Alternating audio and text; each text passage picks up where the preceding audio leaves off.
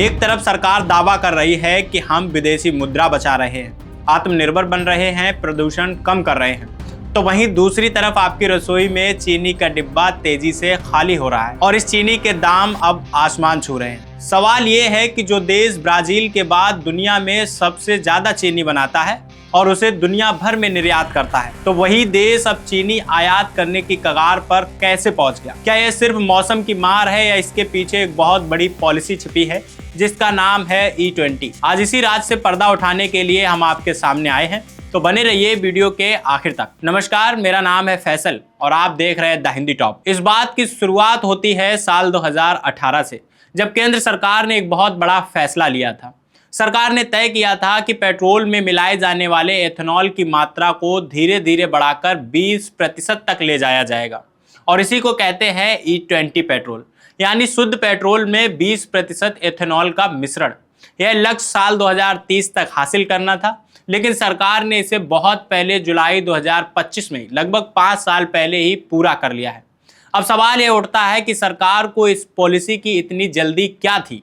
इसके पीछे तर्क यह दिया गया कि भारत अपने कुल कच्चे तेल का 80% से ज़्यादा हिस्सा विदेशों से और खासकर खाड़ी देशों से आयात करता है। इससे हर साल भारी मात्रा में विदेशी मुद्रा खर्च होती है और सरकार का कहना था कि अगर पेट्रोल में एथेनॉल की मात्रा बढ़ा दी जाए तो कच्चे तेल पर निर्भरता कम होगी और विदेशी मुद्रा की बचत होगी, प्रदूषण घटेगा और सबसे बड़ी बात, गन्ना उगाने वाले किसानों को भी इसका सीधा फायदा मिलेगा। यह सुनने में योजना बहुत शानदार लग रही थी, लेकिन अब हकीकत कुछ और ही तस्वीर दिखा रही है। एथेनॉल बनाने के लिए सबसे ज्यादा इस्तेमाल गन्ने का रस होता है, यानी वही गन्ना जिससे चीनी भी बनाई जाती है। जब बड़ी मात्रा में गन्ने का रस एथेनॉल बनाने में इस्तेमाल होने लगा तो चीनी मिलों के पास चीनी बनाने के लिए कच्चा माल कम पड़ने लगा, यानी उन्हें गन्ना मिलना बंद हो गया। आंकड़े देखें तो साल 2025-26 के चीनी सीजन में करीब 30 लाख टन चीनी को एथेनॉल बनाने के लिए डाइवर्ट किया गया, यानी देश के कुल चीनी उत्पादन का करीब 10% हिस्सा सीधे एथेनॉल में चला गया। इसका असर सीधे आपकी और हमारी जेब पर पड़ता है।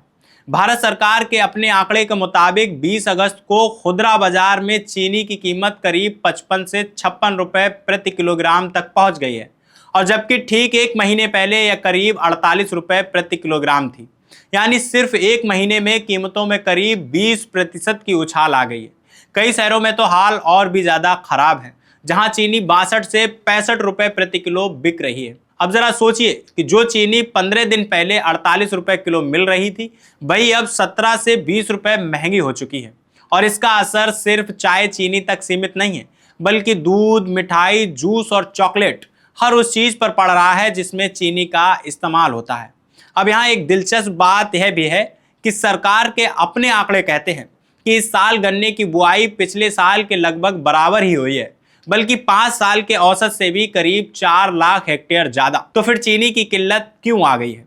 दरअसल विशेषज्ञों का कहना है कि पिछले साल ज्यादा बारिश की वजह से गन्ने की एक खास किस्म में बीमारी फैल गई, जिससे चीनी बनाने की रिकवरी दर घट गई और साथ ही अल नीनो की वजह से इस बार मानसून भी कमजोर रहा है और इन सब वजहों से लोगों में डर बैठ गया कि आने वाले समय में चीनी और महंगी होगी और इसी डर की वजह से लोग जरूरत से ज़्यादा चीनी खरीदकर स्टॉक कर रहे हैं और नतीजा यह हुआ कि जो परिवार 5 किलो चीनी खरीदते थे वे अब 50 किलो तक खरीद रहे हैं, ऐसा विशेषज्ञों का कहना है।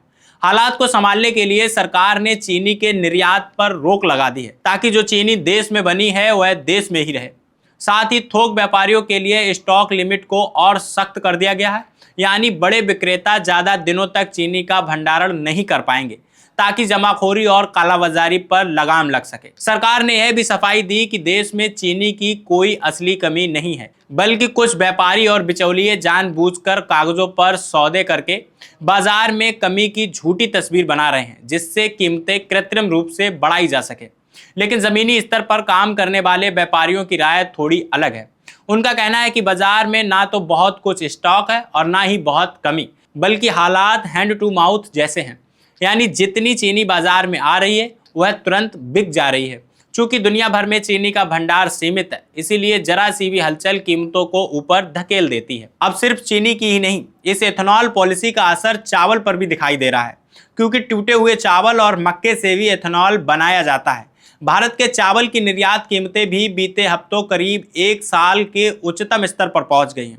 यानी सिर्फ चीनी ही नहीं, आपकी थाली से जुड़ी एक और चीज इस पॉलिसी के दायरे में आ रही है। इसी सब को लेकर दिल्ली के पूर्व मुख्यमंत्री अरविंद केजरीवाल ने भी सरकार पर निशाना साधते हुए सवाल किया है कि विदेशी मुद्रा को बचाने के लिए शुरू की गई इस योजना ने अब हालात ऐसे बना दिए हैं कि चीनी आयात करने की नौबत आ गई है। चीनी उद्योग से जुड़े जानकारों का मानना है कि यह उछाल कुछ हद तक मौसमी भी है।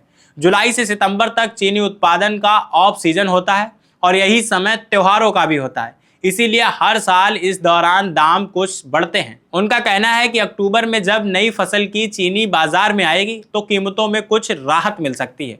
तो कुल मिलाकर कहानी यह है कि जिस एथेनॉल पॉलिसी को विदेशी मुद्रा बचाने और किसानों का फायदा पहुंचाने के नाम पर शुरू किया गया था, वही अब आम आदमी की रसोई का बजट बिगाड़ रही है। अब सवाल यह है कि क्या सरकार आने वाले त्योहारी सीजन में चीनी की कीमतों पर काबू पा पाएगी या फिर महंगाई और बढ़ेगी। आपका इस पूरे मामले पर क्या विचार है, अपनी राय हमें कमेंट बॉक्स में जरूर बताइए। और अभी तक आपने हमारे चैनल द हिंदी टॉप को सब्सक्राइब नहीं किया तो सब्सक्राइब कीजिए और हमें social media platform Facebook, Instagram और एक्स पर फॉलो करना मत भूलिए।